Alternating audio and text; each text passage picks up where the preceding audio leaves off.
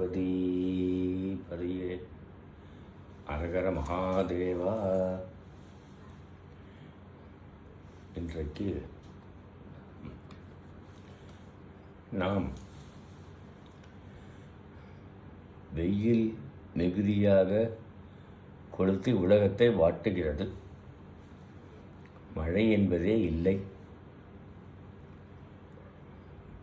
இந்த மழையை பொழிவிக்க வேண்டும். இறைவனுடைய திருவருளால் மழை பெய்ய வேண்டும். உலகம் எல்லாரும் நலம் பெற வேண்டும் என்பது அவா. இந்த மழைங்கிறது எல்லா காலங்களிலுமே சில நாட்கள் பெய்யாமல் இருந்திருக்கிறது, பஞ்சம் வந்திருக்கிறது என்பதை பார்க்கிறோம். சங்க காலத்தில் வர்க்கடம் என்று சொல்லுவார்கள். வேப்பட்டு வல்லினயிர் வர்க்கடம் என்று அதற்கு பெயர் கூறுகிறார்கள். அதன் பிறகு ராமாயண காலத்திலே மழை பெய்யலை என்பதை பார்க்கிறோம். ரிஷிசிங்க முனிவரை கூப்பிட்டுட்டு வந்து மழை பொழிந்ததை பார்க்கும். இது ராமாயணத்தில் பாலகாண்டத்தில் வர செய்தி. தேவார திருமுறையில் 63 நாயன்மார்களில் ஏயர்கோன் கலிக்காம நாயனான்னு ஒருவர். அவருடைய காலத்தில் மழை பொழியவில்லை. ரொம்ப எல்லாரும் துன்பப்பட்டார்கள். அவர் என்ன செய்தார் என்று பார்த்தார். ஏயர்கோன் கலிக்காம நாயனார் சோழ நாட்டில் திருப்பெருமங்கலம் என்னும் பதியில் ஏயர்குடியில் தோன்றினார். இவர் மாணாக்கஞ்சார நாயனாருடைய புதல்வியை மணந்தார். திருப்பெருமங்கலம், மங்களம் என்ற ஊர் வந்தாலே அந்தணர்களுக்கு தானமாக கொடுத்தது. அந்தணர்கள் வாழ்க்கை நடத்த தானமாக கொடுத்த ஊர் என்று நாம் ஏற்கனவே சொல்லியிருக்கிறேன். ஏயர்கோன் கலிக்காம நாயனார் குடிமக்களின் நலத்தில் பொறுப்பு வகிப்பவர்.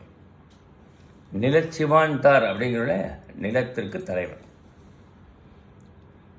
அரசன் சேனை தலைவராக இருந்திருக்கிறார். ஒரு காலத்து மழை மறந்து போச்சு, மழையே பெய்யலை. இவர் திருப்பன்கூர் நந்தி விலங்கின தலம், நந்தனாருக்கு நந்தி விலங்கின தலம் இருக்கு இல்லையா, திருப்பன்கூர், அங்கே சென்று இறைவனிடம் வேண்டி ஏயர்கோன் குறையிருந்து பாடினார். அவர் என்ன சொன்னார்? மழை பெய்துவிட்டால் அதற்காக 12 வேலி நிலத்தை தானமாக தருவது என்று உறுதிமொழி அளித்தார்.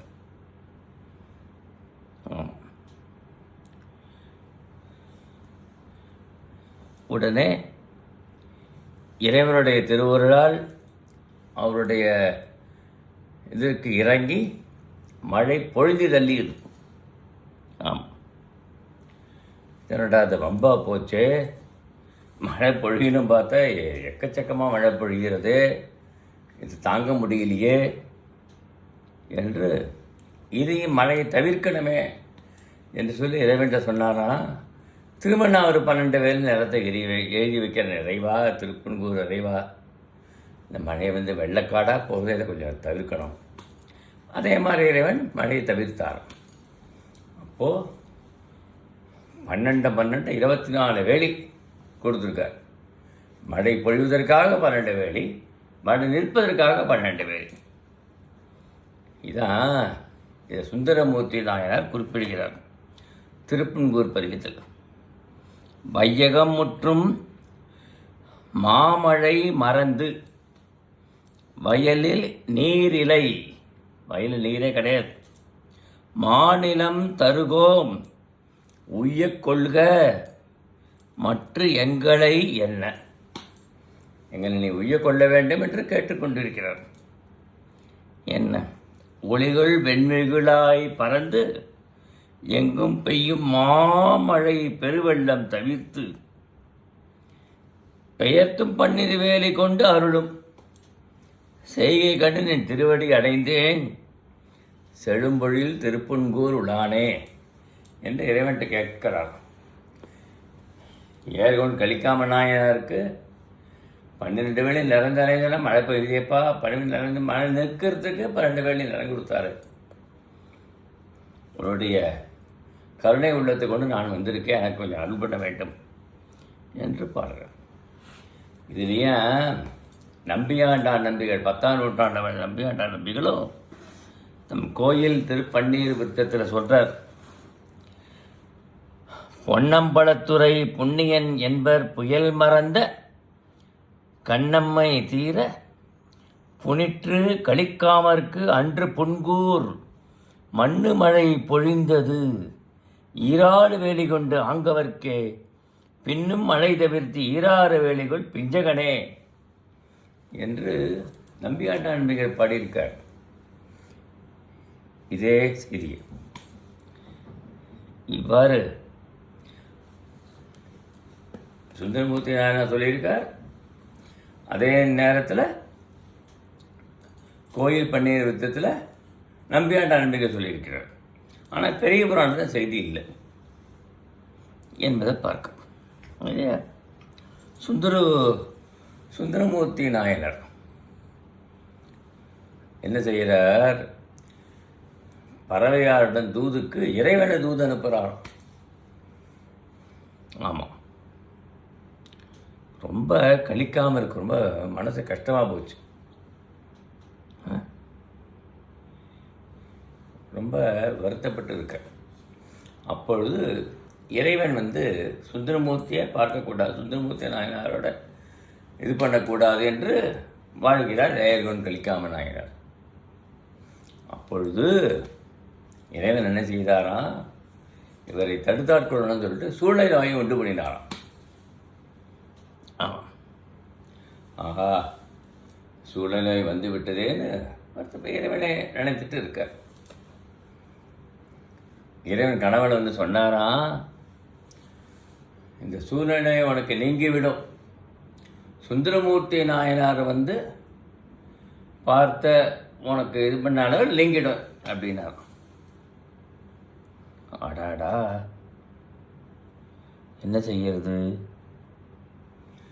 சுந்தரமூர்த்தி நாயனாரையே பிடிக்காம தானே அவர் இறைவனை தூது அனுப்பினாரே பறவையாரிடமிருந்து, பிடிக்காம தானே இருந்தார். அதுக்காக என்ன பண்ணாரா? அவர் நோய் நீக்க வேண்டிய தேவையில் நானே வயிற்றை கிழித்து கொண்டு உயிர் விடுகிறேன் என்று வயிற்றை கிழித்து இரத்த வெள்ளத்தில் கிடக்க. கலிக்காமனுடைய மனைவியார், அடாடா சுந்தரமூர்த்தி நாயனார் வருகிறாரே, வரவேற்கிறதுக்கு தடையாக இருக்குமே சொல்லிட்டு இறந்து போன கணவனை அப்படியே சொல்லிட்டு உள்ளுக்குள்ளே வைத்து விட்டு ஒன்றும் தெரியாது போல சுந்தரமூர்த்தி நாயனார் வரவேற்கிறாராம். ஆஹா, என்னடா இது? இது சரி வெளியிடல, இதனால் இறைவன் கடவுளை சொல்லியிருக்கார் இல்லையா? அவர் வரார், பார்த்து அந்த அவருடைய அருளால் ஏர்கோனுடைய நோய் நீங்க பெற்று வெகுகாலம் மீண்டும் உயிர் பெற்று வெகுகாலம் வாழ்ந்து அப்புறம் ஒரு ஆனி மாதம் ரேவதி நாளில் இறைவனுடைய திருவடியை அடைந்தார். ஏதம் நன்னிலம் ஈராறு வேலி ஏயர்கோனுற்ற இரும்பினி தவிர்த்து என்று சுந்தரமூர்த்தி நாயனாரும் பதிகத்தில் இவரை பற்றி போட்டிருக்கிறார் என்பதை நாம் பார்க்கிறோம். இவ்வாறு மழை பொழிந்திருக்கிறது. ஆமாம், அடுத்தது ஊத்துக்காடு மகாகவி வாழ்க்கையில் நடந்த ஒரு நிகழ்ச்சி, அதை நாம் இப்போ பார்க்கிறோம். ஓர் அரசனை சுற்றி எப்போதும் சங்கீத வித்வான்கள் சூழ்ந்து கொண்டிருப்பார்கள், எப்போதும் வழக்கம். அரசனை சுற்றி சங்கீத வித்வான்கள் இருப்பது வழக்கம். அப்படி அவர்கள் இருக்கிற போது ஒரு நாள் என்ன சொன்னாராம், வேங்கடகவியோட கானத்தை பற்றி விமர்சனம் சபையில் எழுந்தது. வேங்கட மகாகவியோட கானம் எப்படிப்பட்டதாக இருக்குது என்றெல்லாம் எழுதுது. அப்போ சொல்கிறார், வருணப்பிரியா ராகத்தை பற்றிய பேச்சு எழுந்தது.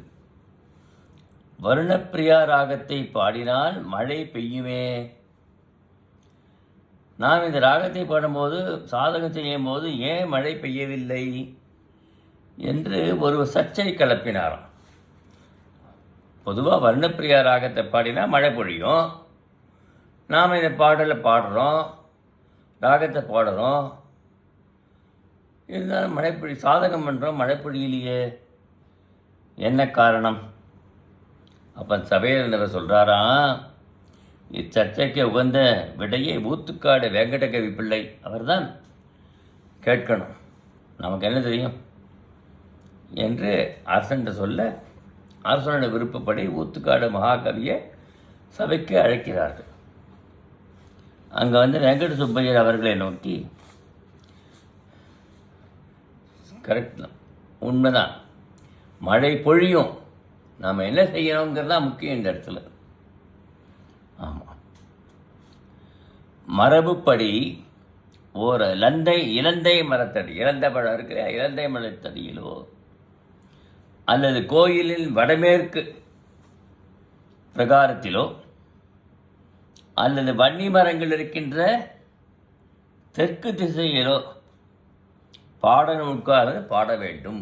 இந்த 3 இடத்துல பாடணும். முதலில் பாடகன் மேகரஜுமம் மேகரகமம் என்ற ராகம் இருக்கு, அந்த ராகத்தை பாடணும். வெட்ட வெளியான ஆகாயத்தில் வெண்மேகங்கள் கூடிவிடும். பிறகு பாடகன் என்ன பண்ணணும், மேகரஞ்சனி என்ற ராகத்தை பாடணும். ஆகாயத்தில் கொண்ட வெண்மேகங்கள்லாம் கருநிறமாக மாறிவிடுமா. ஆமாம், அதன் பின் வருணப்பிரியா ராகம் பாடினால் மழை பொழியும். சபையோர்களும் பாடுபவர்களும் இடத்தை விட்டு மழையில் நனைந்திடுவோமோ என்ற அச்சத்தில் எழுந்திருக்காமல் மழை நிற்கும் வரை பாடிக்கொண்டும் கேட்டுக்கொண்டும் இருக்க வேண்டும் என்றார். இல்லையா, மழை நிற்கும் வரையும் பாடிட்டு கேட்டு தான் இருக்கணும், எழுதக்கூடாது. அரசன் சொன்னார், சரி அப்படி மழை பொழியலாம் என்னன்னு கேட்டாரா.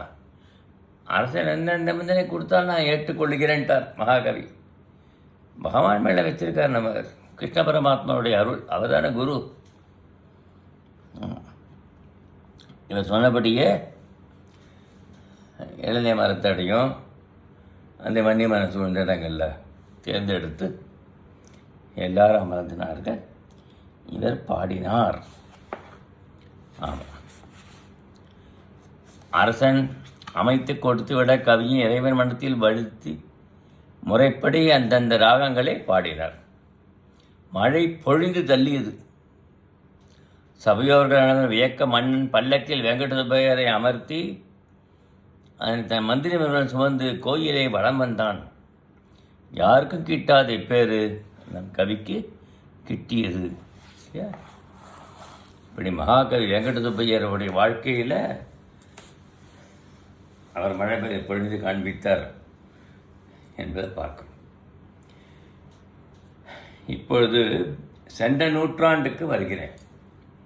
ஒரு நடந்த நிகழ்ச்சி, கண்கூடா நடந்த நிகழ்ச்சியை பார்க்கிறோம். எனக்கு அத்தை சரோஜா என்று பெயர்.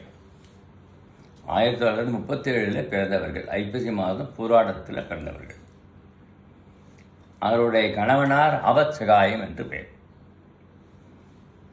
ஆவத்சகாயம் அவருடைய தந்தையார் தர்மராஜ ஐயர் என்று பெயர். அவர் ஸ்ரீவித்யா உபாசகர். அவர்களுக்கு சொந்த ஊர் என்பது திருவாலங்குடிங்கிற ஊர், பாடப்பட்ட ஸ்தலம். திருவையாறு பக்கத்தில் இருக்கு.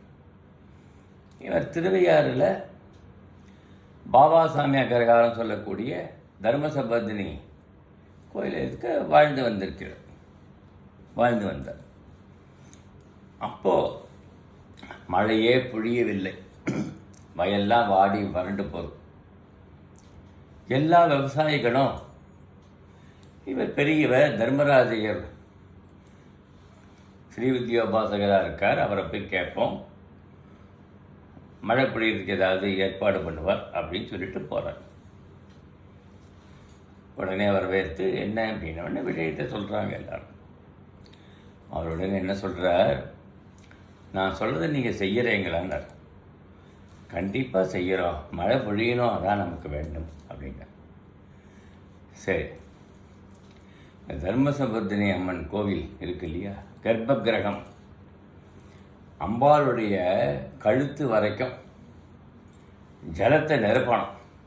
எங்கேருந்து நீங்கள் ஜலத்தை கொண்டு வருவீங்களோ தெரியாது, ஜலத்தை நிரப்பணும். ஜலம் வெளியில் வராமல் இருக்கிறதுக்காக செங்கலால் கட்டிகிட்டே வரணும். செங்கல் வச்சு காரை வச்சு கட்டணும். இந்த இது வரைக்கும் அம்பாளுடைய கழுத்து வரைக்கும் கர்ப்ப கிரகத்தில் அங்கே நிறைய குடங்குடமாக தண்ணியை கொட்டணும். அம்பாள் கழுத்து வரைக்கும் இருக்கணும். அப்படி நீங்கள் ஏற்பாடு பண்ணுங்க அப்படின்னு. அது எப்படி ஒரு 4 நாள் 5 நாள் ஆகும் கட்டுறதுக்கு. உடனே கட்ட முடியுமா? எல்லாம் கட்டி எங்கேயோ தண்ணீரை கொண்டு குடகுணமாக நிரப்பினார்கள் தர்மசபத்தினி அம்மனுக்கு. உடனே தர்மராஜ ஐயர் வந்தார். அங்கே வந்து ஹோமம் பண்ணிட்டு வருட ஜபம் பண்ணினார். இத்தனை ஆவர்த்தி வருட ஜபம் பண்ணணும் என்று ஒரு கணக்கு இருக்கு. அதனால் அத்தனை ஆவர்த்தி காலையில் 6 மணிக்கு ஆரம்பித்து சாயங்காலம் 6 மணி வரைக்கும் வருட ஜபம் பண்ணினாங்க. எல்லோரும் இருந்து அமர்ந்து கேட்டு அம்பாளுக்கு தண்ணி நிரப்பிருக்கு, வருட ஜபம் பண்ணினார். எல்லாம் முடிஞ்சு மங்களத்தை பாடிட்டு வீட்டுக்கு போய் சேர்ந்தார். மணி சூரியன் அஸ்தமனம் ஆயிடுத்து. எப்போது சந்தியான ஜபம் செய்கிறதுக்கு அவர் போயிட்டார். இப்படி முடிஞ்சதுக்கப்புறம் அவர் பார்த்துக்க, என்ன இது மழையே வரலையே, மேகமே காணுமே அப்படின்னார். அவர் சொன்னார், அம்பாளை பரிபூர்ணமாக நம்புங்கப்பா, கண்டிப்பாக மழை பொழியும், நம்பிக்கை தான் வேணும் உங்களுக்கு என்று சொல்லிட்டு வீட்டுக்கு போயிட்டார். ராத்திரி 7 மணிக்கு எங்கிருந்தோ கருன்னு மேகங்கள்லாம் வந்து சூழ்ந்து மழை பொழிந்து தெளித்தான். எக்கச்சக்கமான மழை பெய்யுதான் திருவையாற்றில், தெரியுமா என்பதை எங்கள் அத்தையோட ஆத்துக்கார அத்திம்பை என்கிட்ட சொல்லியிருக்கார். சென்ற நூற்றாண்டில் நடந்த இந்த நிகழ்ச்சி இருக்கு இல்லையா, அப்போ பகவானுடைய அருள் தானே, அம்பாளுடைய அருள் தானே. அவர் ஸ்ரீவித்யோபாசகர் அல்லவா, அம்பிகை அருள் பண்ண மாட்டாரா? உலகத்துக்கே க்ஷேமம் நடந்தது என்பதை பார்க்கிறோம். இவ்வாறு புராண காலங்களிலும் தேவார காலத்தில் ஊத்துக்காடு மகாகவி காலம், இப்போ உள்ள காலம், இதுலேயும் மழை பொழுது சுபிட்சமாக இருக்கிறத பார்க்கிறோம். அதுபோல் இன்னமும் தேவாரத்தில் மழை பொழுதற்கான பாடல்கள் இருக்குது. 7 பாடல் பாடியிருக்கார். அந்த 7 பாடலையும் நீலாம்பூரிங்க ராகத்தில் பாடணும். பாடினா மழை பொழியும். இப்படிலாம் இருந்திருக்கு என்பதை பார்க்கிறோம். ஓம் நம பார்வதி பதியே அரஹர மகாதேவா.